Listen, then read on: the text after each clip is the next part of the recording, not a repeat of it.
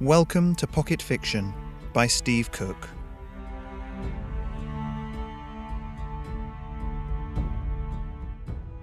The Dark Shard, Part 1.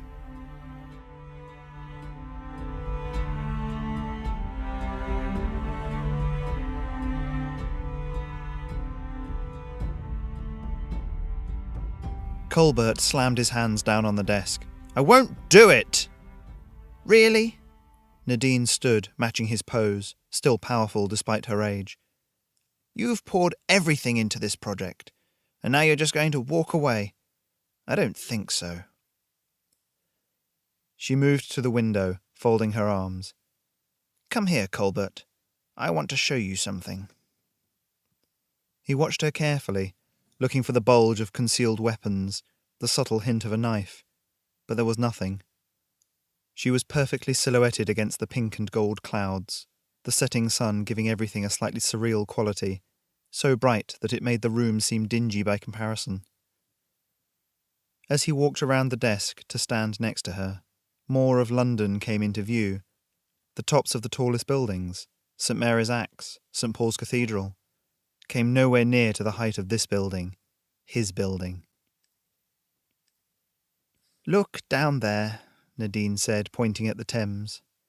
It was a ribbon of copper, silt and sun mingling in churning chaos.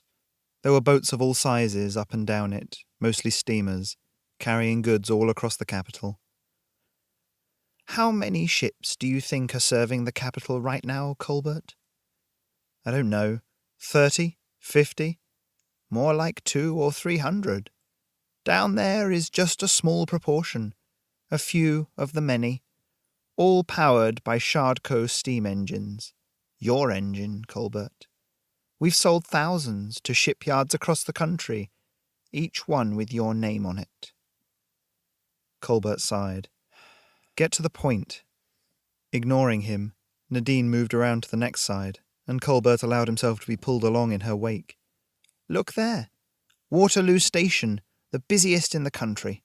Every year, 100 million souls are carried to and fro, pulled by your engines. Tiny, powerful, almost faultless. Designed by you." "And now you're taking my engine to war," Colbert said. He shook his head sadly. "Nadine, what happened to you? When we started this project, it was about making things better for the citizens." But Nadine had already moved round again. "Westerham Heights, the highest point in London, after this building, of course. Look, even now you can see how many dirigibles are swarming around the platform there, like wasps over jam. How much trade are they bringing? From the Americas, from Asia, East Germany, France, Spain, New Holland, all over the globe. That whiskey you've been drinking, I can smell it on your breath. Brought here by dirigible, by your engine." The fourth and final window was grey in comparison, clouds of smoke and steam rising from the myriad factories, their broad roofs covering the ground like a patchwork. "And here's the heart of the beast," Nadine said. Her voice had dropped to almost a whisper. "The coalface and the vitrification plant. This company, this city, would be nothing without you. You've given them everything, and you intend to walk away from it." Colbert turned away from the view. "Do you still intend to use what you call a weapon against them? To wage war on a people we know nothing about?" "A war they started 70 years ago, when their so-called Philadelphia experiment landed here and killed over 1,000 people." Nadine turned, and Colbert almost recoiled from the intense fury on her lined face. "I lost everything in that attack.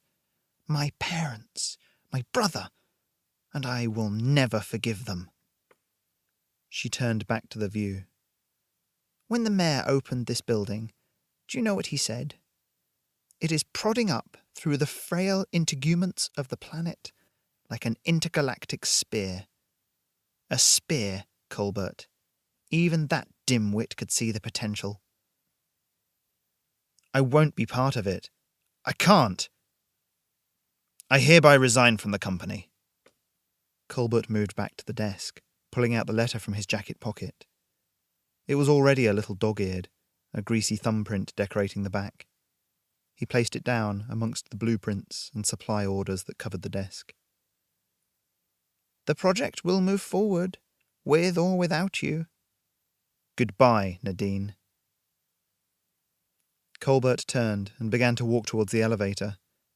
The muscles in his back tensed and relaxed seemingly with a will of their own, and at every step he expected to feel something, a dagger, a bullet.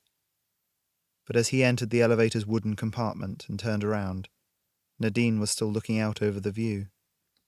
He pressed the button marked G, and only when the latticed shutters rolled closed did he let out the breath he had been holding. As the elevator rattled its way down, Colbert looked out into the superstructure of the shard. Only the very top was habitable. Everything below, down almost to the ground, was bare steel girders, and the complex chain of generators that would provide its power. Little sunlight was able to penetrate the huge panels of crystallized coal that lined the building, but there was enough to see a few workers still making their final checks. Bundles of wire thicker than a man's torso snaked all over, throttling the thick metal and choking its walkways. God, how did I let it get this far? Colbert muttered, slumping against the elevator's back wall.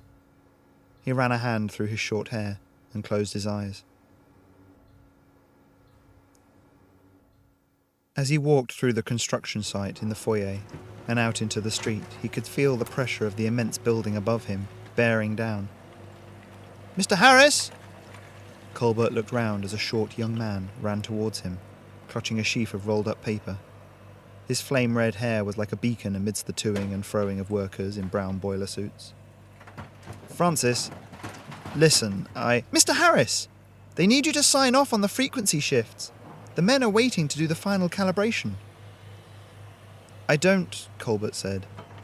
But then a thought slid into his mind, like a shard of glass hidden among ice. He stared into the trusting eyes of his assistant, former assistant now, and held out his hand for the plans. They walked to a nearby workbench and unrolled the paper. The tissue-thin sheets were layered up, each one adding more complexity to the immense engine that was contained in the building. Right then, Colbert said, sliding a pencil from out of his pocket. He started to add in the final set of readings they'd taken that morning, then paused. Say, Francis, can you see the foreman around?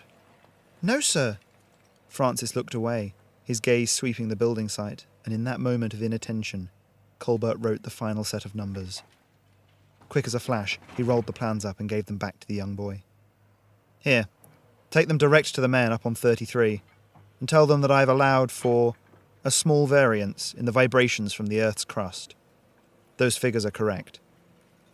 He watched Francis memorize this little fragment of nonsense, the boy's lips moving slightly, and then nod.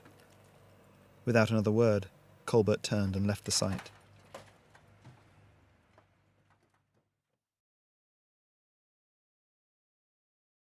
He walked down Tooley Street and out towards Bermondsey, the streets quietening as the night came on.